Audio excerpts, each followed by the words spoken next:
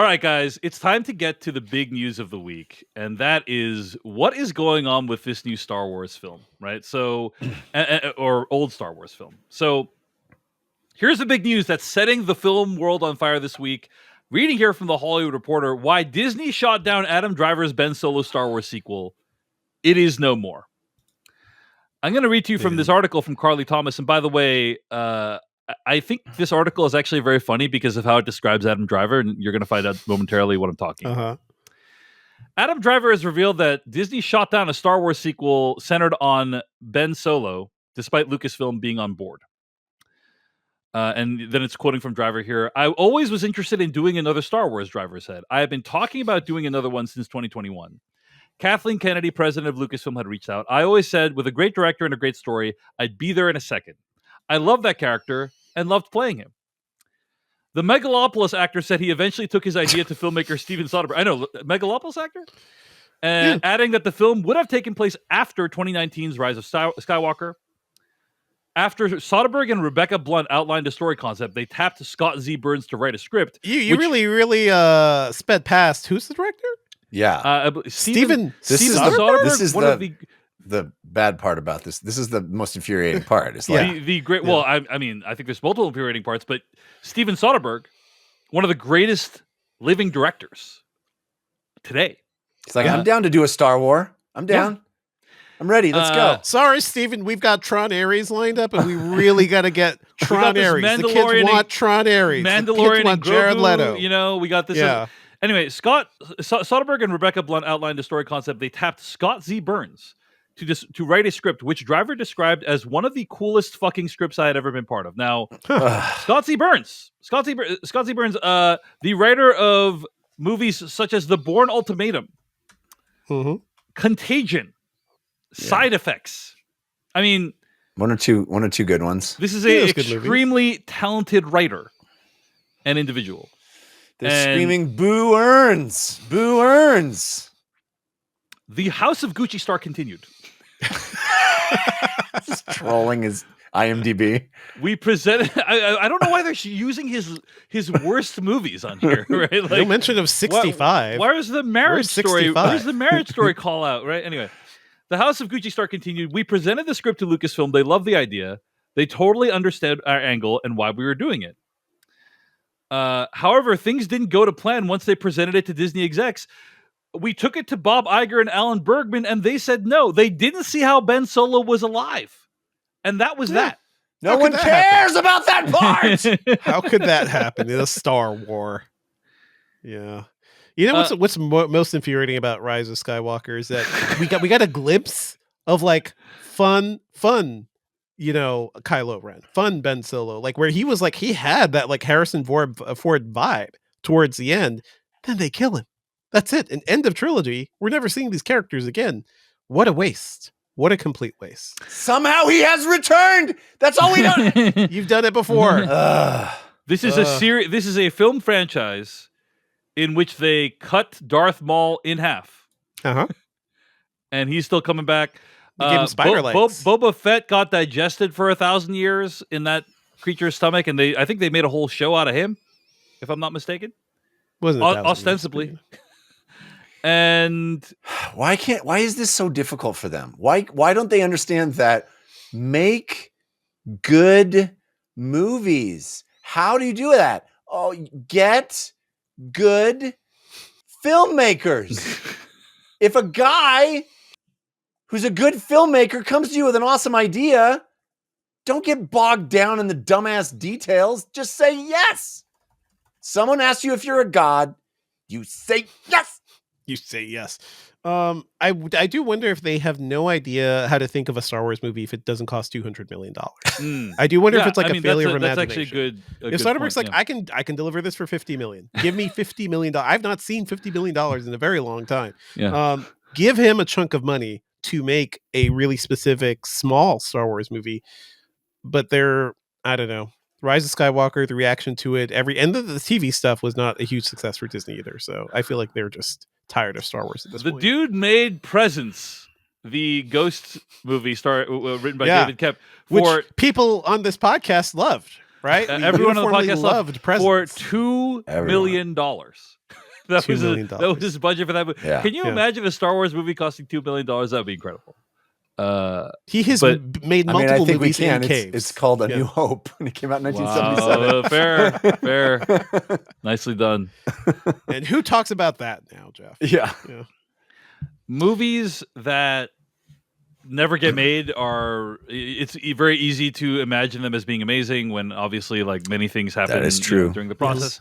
But I will say that the Star Wars film franchise is in a terrible place right now. Like it's going very, very poorly. Like there The has not franchise been overall, TV side, film side, everything. Game side hasn't been always a success, even though I really like that Rebels game. I mean, Skeleton Crew was not bad. You liked Acolyte, but I mean, none of those shows did particularly well. Andor just aired, and that was good. Yes. But there's not going to be any more Andor. And there has not been a mainline Star Wars movie out in theaters in years. This used to be one of the... Is that Daisy Ridley movie still happening? No. I believe so. Or did they kill that? Really? No, that's part of this news too. Is that it's in turnaround right now. But the Lando movie is back on the table. Thank God.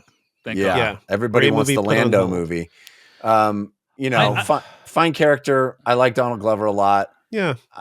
Lando movie is not going to save the franchise. You know what I mean? It's just more spinning our wheels on old characters.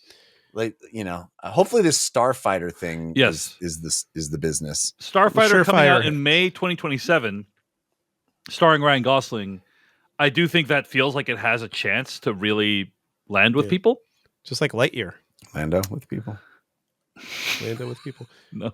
I do wonder, is Disney just like sick of Star Wars right now? Because anytime they do the thing, they give it to a good creator and a good writer, and they do something interesting and different, and the fans just whine and whinge about it. And like, is it just a headache every single time? It's like, listen, we made the like basic ass Star Wars. We gave you Rise of Skywalker. People complained about that. We're trying something different with other things. I think I really liked Acolyte, but a lot of people also complained that it was doing things that were inaccurate, even though the writers behind that show were like, we were going deep into goddamn nerdy Star Wars lore. This stuff was a part of Star Wars, and it wasn't enough for the nerds. So it's like the nerds themselves have kind of killed this franchise too, I think. It is in a terrible situation as a franchise because they have a fan base that rebels anytime they attempt to do something different. It's like they're part of a rebellion. Yeah. No, not this one. And that is a terrible. That puts you in a kind of a death spiral creatively, where anytime they attempt something new, Acolyte and Skeleton Crew, I would say, Last Jedi was a new spin that on attempt something new, and those all went. Those are still debated heavily to this day. Yeah. I think you just can't listen to those. You can't listen to that at all. You can't, but you're Disney, right? And then you look at the social media and you're like, what Disney historically has not. Like, literally, anytime they cast like a non-white male actor, that person gets harassed endlessly with death threats online. And Disney has done very little to protect those people. Done very little. And it's like, what are you doing? What do you do with that? What do you do with that franchise? What do you do with a franchise where that is the normal state of play? Like you can't. Yeah, go ahead, Jeff. Sorry. That is despicable, truly despicable and abhorrent and a fucked up state of affairs.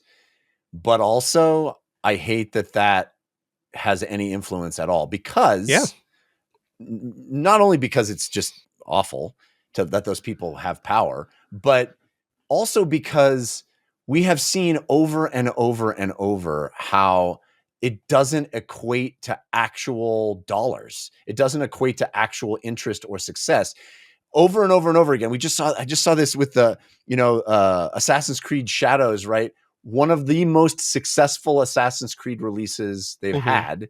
The game has sold gangbusters. And if you had listened to the pre-release and release tumult, mouth breathers, all the idiots who claim to speak for the gamers or the audience, you would think that thing tanked. And same with Ghost of Yote. Ghost of Yote right now is selling better than the first Ghost of Tsushima, which was a huge hit.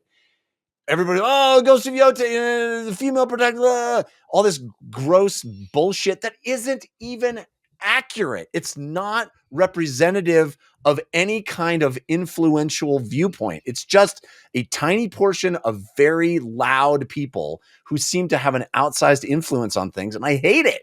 I think, It sucks. Jeff, It I think sucks. what you're saying is true for most things, including the Yes. examples you provided. And also, these Star Wars shows have gotten very, very bad viewership. Like, the Acolyte viewership was very low compared to like other Star Wars shows. Yeah. And whether whether or not that can be attributed to the online buzz, which like I think you're right that in general the online stuff is not representative.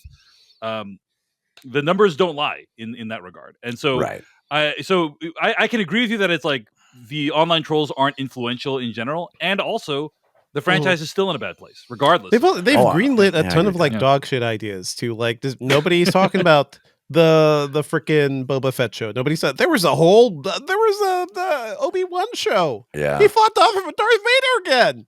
Nobody's talking about it. 'Cause it's all like pandering crap. And I think they got to get away from the pandering crap. Like the Acolyte is genius because it has an actual point of view. And, you know, I'm hoping, you know, it sounds like this Ben project had an actual point of view. Yeah. Obviously, we're reading into one actor's like, this is the best thing I've read.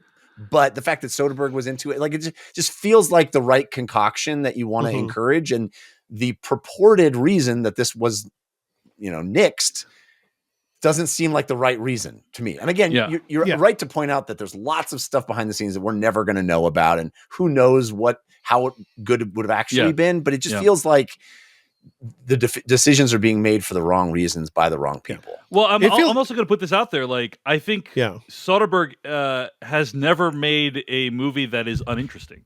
Like many of his movies are failures, in my opinion. Some of them, but every single one, he's trying to do something interesting. And even if he's shooting it on an iPhone, or if it's interactive, or whatever the hell he's doing, you know, like he's always doing something interesting. And so you get a Tony Gilroy, you get something that's freaking good. Yeah, I think you're referring to Andor earlier, not Acolyte, Jeff. You Oh, did I were say thinking Acolyte? because you didn't like Acolyte. I did not like I'm Acolyte. the only one that I have met who genuinely likes the Acolyte, and all you sons of bitches out there. Yeah, that's right. It pains me if anyone for a moment thought I was talking about the Acolyte. The reason why the Acolyte was genius. I'm like, I meant, wow, Jeff. Oh, geez, Wow, Jeff. I didn't know you were so hot on the Devindra Acolyte. incepted me somehow. Okay, so I got to keep saying Acolyte. Driver says in the interview it was called The Hunt for Ben Solo, and it was really cool. By the way, great name. Great name.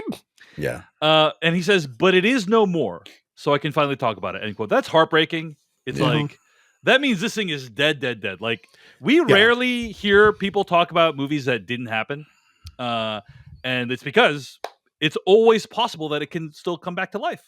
Well, it feels especially painful to see this news drop right after the release of Tron Ares, a movie where we're all asking, who asked for this? How did this get made? Who? Jared Leto? $150 million? Tron? All questions. Nobody wanted any level of that movie, and yet it's out in wide release, and the Ben Solo movie will not get made. Yep. That's what's especially galling right now. Soderbergh said Soderbergh made a statement about this, talking about his reaction to this news, because I guess after Adam Driver broke the seal, everyone else feels like they can talk about it too.